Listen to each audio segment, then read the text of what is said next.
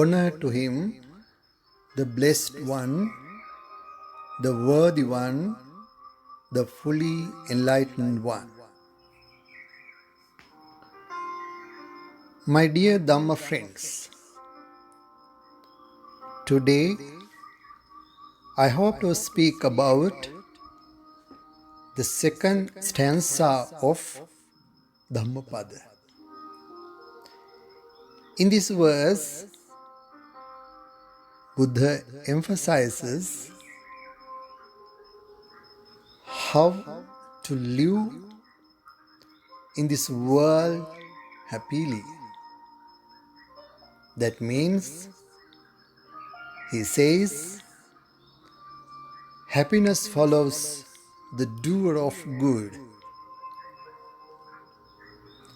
So I would like to tell you the second stanza. I recite it.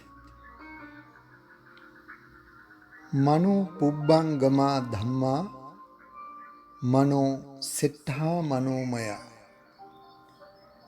manasache pasannena bhasati va karoti va tato nang sukhaman veti chayava anapayini. We have to follow the instruction of this stanza. So we have to follow and we have to understand the meaning of this stanza. What's the meaning there? It says, mind precedes all mental states. Mind is their chief. They all are mind wrought. With a pure mind, a person speaks or acts. Happiness follows him like his never departing shadow. This is the meaning there. So in this stanza, we can see beautiful story hidden in this stanza. So I would like to tell you this story. While residing in the Jetavana monastery in Savatthi, the Buddha spoke this verse with reference to Mattakundali, a young Brahmin.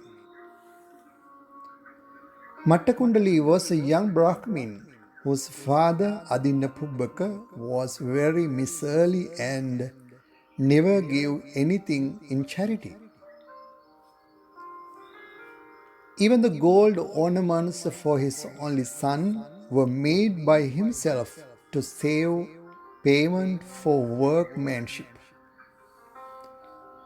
When his son fell ill, no physician was consulted until it was too late. When he realized that his son was dying, he had the youth carried outside on the veranda so that people coming to his house would not see his possessions.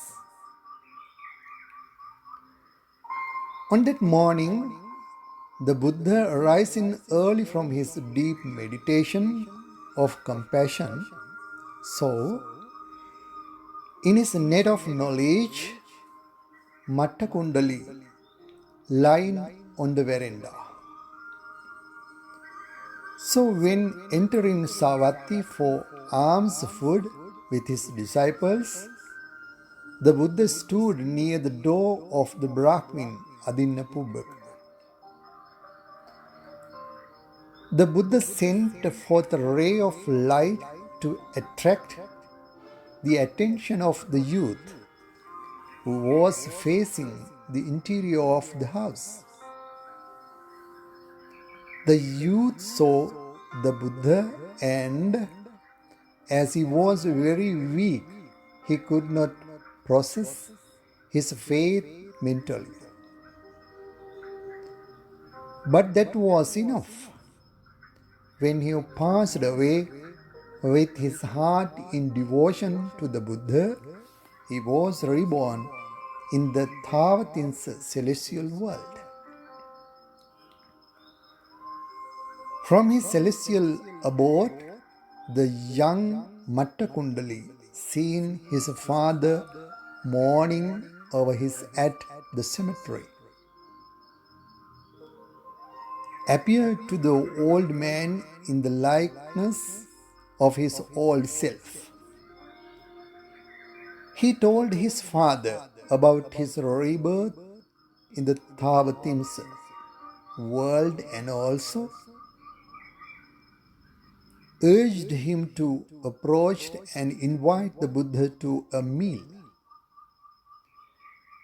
At the house of Adinnapubbaka, the question of whether one could or could not be reborn in a celestial world simply by mentally processing profound faith in the Buddha without giving in charity or observing the moral precepts was brought up.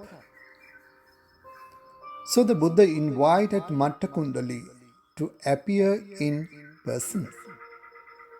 Mattakundali then appeared in his celestial ornaments and told them about his rebirth in the Thawatin's realm. Only then the listeners became convinced that the son of the Brahmin Adinnapubbaka, by simply devoting his mind to the Buddha, had attained much glory. And this is the story in this stanza. By following this stanza and meaning of this stanza, we can understand if we do the good deeds, as a result of good deeds, we can gain good things. All that man experiences spring out of his thoughts. If his thoughts are good, the words and deeds will also be good. The result of good thoughts, words and deeds will be happiness. This happiness never leaves the person whose thoughts are good. Happiness will always follow him like a shadow that never leaves him. May the Triple Gem bless you all. Thank you.